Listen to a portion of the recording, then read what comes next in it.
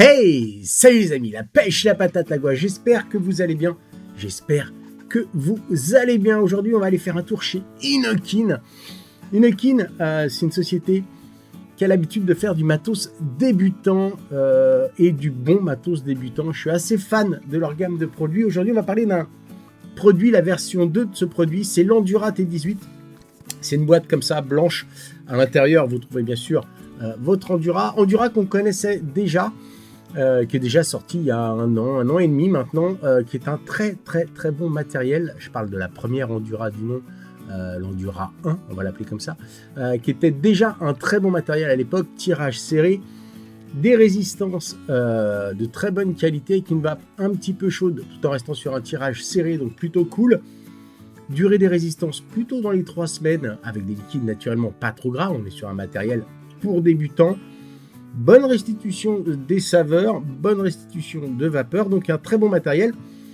Pourquoi faire une version 2 ? Alors, tout d'abord, première des choses, si vous regardez bien, on est visuellement comme ça, de loin, sur exactement le même modèle que la première Endura, mais il y a quelques petits détails qui vont changer. Tout d'abord, la première Endura avait en partie basse, je vous mettrai peut-être ici, là, voilà, je vais me décaler un peu par là, voilà, je vous mettrai par ici des images de ce dont je vous parle. La première en bas avait effectivement l'arrivée pour l'USB, l'entrée pour l'USB, pardon. L'entrée maintenant se trouve en partie haute, juste à l'opposé du switch pour allumer la machine. Vous avez l'arrivée USB. Après, on va continuer à remonter un petit peu. Donc, fini le petit bouton ovale que l'on trouvait sur la première Endura. Maintenant, ce sera un bouton rond, un switch rond qui est toujours aussi agréable, avec un léger clic, un petit cliquetis. Voilà, un petit clic. Si on continue, on s'aperçoit d'une des grosses nouveautés, c'est que sur ce matériel, eh bien, il y a un airflow, mais on y revient après. Après, on revient sur un atomiseur classique d'Endura, sauf que vous remarquerez qu'en partie haute, il est légèrement bombé, ça a changé. Et puis, cette espèce de gros drip tip qu'on trouve au bout, eh bien, ça n'est pas un gros drip tip, c'est tout bêtement un capuchon. Voilà, et on va découvrir notre drip tip. Et ce capuchon vient s'aimanter en partie basse. Ça tient presque. Hein, voilà. Si je bouge pas trop, est-ce qu'avec le poids, oui, ça tient. Bon, après, si je secoue, ça tombe. Mais voilà, c'est un petit peu gadget. Ça, j'avoue, j'ai bien peur qu'on le perde assez vite. Mais pourquoi pas ? Après tout, c'est une demande qu'on fait souvent en boutique. On nous demande souvent s'il y a quelque chose pour bien couvrir l'embout. C'est le cas.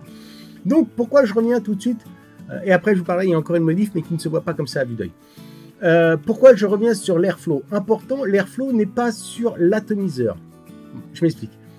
L'airflow est sur la batterie. C'est-à-dire que quand on va dévisser, et je vous mettrai tout ça en image, quand on va dévisser, on va se retrouver vraiment avec un atomiseur hyper classique, et on remarquera que les arrivées d'air se font sur les tout petits trous qui se trouvent sur le pas de vis, qui permet de se fixer sur la batterie.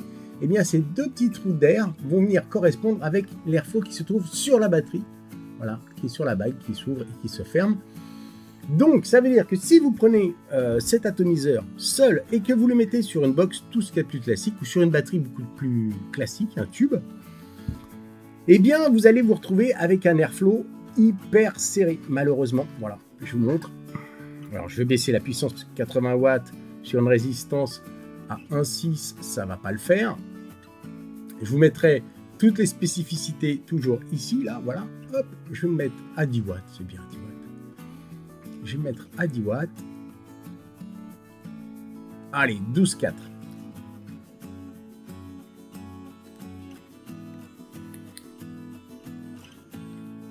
Comprenez le problème ?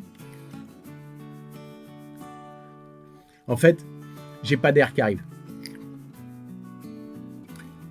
Je l'entends, hein. Mais je n'arrive pas à aspirer. Donc voilà, le problème, c'est que cet atomiseur est vraiment dédié à ce tube. Ça, pour moi, c'est un souci parce que l'ato est très bien. Voilà, c'est dommage qu'on puisse pas le détourner et le mettre sur un autre matériel puisqu'on trouve les atos à part. Donc ça, faut bien penser à ça. N'achetez pas un ato comme ça si vous n'avez pas la batterie qui va avec. Et une batterie possédant un airflow directement sur la batterie, ça n'existe pas ou quasiment pas, je ne crois pas. Donc Pensez bien à ça. Si vous voulez acheter un Atto, n'achetez pas celui-là sans ça. Sinon, bah, vous voyez, ça fonctionne pas. Donc, on remet ça là-dessus. Autre petite différence par rapport à la 1, c'est qu'il y a 3 puissances différentes. Alors là, je vais mettre mes lunettes parce que j'ai le petit papier, mais je ne verrai jamais ce qu'il y a de marqué.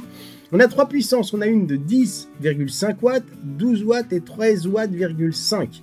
Donc 10,5 à 13,5. Voilà, pas de grosse différence, mais ça marche quand même. C'est simple pour ça.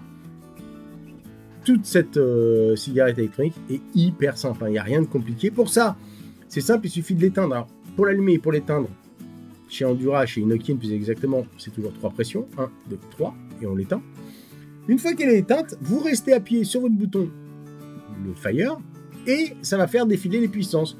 Soit le premier, soit le deuxième, soit le troisième. Vous vous stoppez sur la puissance que vous désirez, en sachant que la première est de 10,5 watts, la deuxième, que je ne dise pas de bêtises, est de 12, et la troisième de 13,5 watts. Voilà, tout bête, vous appuyez sur le bouton et ça fonctionne. Maintenant, est-ce que ça marche bien? Oui.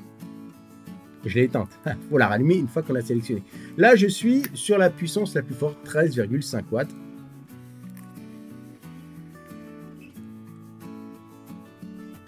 Ça marche hyper bien.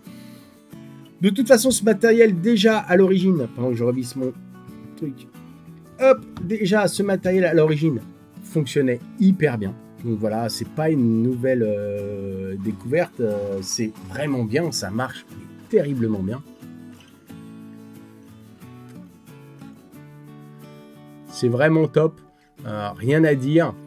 C'est vraiment un outil parfait pour le sevrage. Voilà, c'est vraiment parfait pour quelqu'un qui veut commencer la vape. Attention donc à ce petit détail de l'airflow sur la batterie et pas sur l'atomiseur. Donc atomiseur que je pense inutilisable sur un autre matériel qui ne laisserait pas passer d'air en fait tout bêtement. Donc voilà, super bon matos. Je vais pas faire 2 heures là-dessus. Je vous mettrai, comme je l'ai dit, les dimensions, tout ça. On est sur du 18 mm puisque c'est l'Endura T18-2. Voilà. Maintenant, si vous croisez l'Endura première du nom moins cher puisqu'ils ont sorti la deuxième, n'hésitez pas à prendre la première. Vous n'aurez pas le petit capot ou machin. Vous n'aurez pas la bague d'airflow, mais honnêtement, pour avoir testé la première déjà marche très très bien. Il n'y a peut-être pas besoin d'acheter la deuxième. Maintenant, si vous croisez la deuxième et que vous voulez arrêter de fumer, ça, c'est vraiment idéal. Il n'y a aucun souci là-dessus. C'est un matériel qui fonctionne. Voilà. C'était une vidéo très rapide, très courte, mais il n'y avait pas grand-chose à dire là-dessus. Je vous fais des gros bisous masculins, très bon matos. Je conseillerais pour quelqu'un qui veut arrêter de fumer, voilà, sans souci, ça avec un tabac en 12 ou 18 mg, 18 mg ce sera encore mieux, c'est parfait, voire du sel de nicotine, pourquoi pas, mais voilà.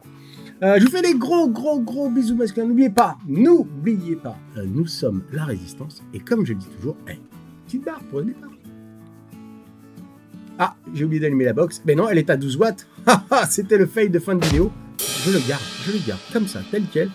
Je vais me remettre sur mes 100 watts, grosso modo. Allez, soyons fous. Bye bye.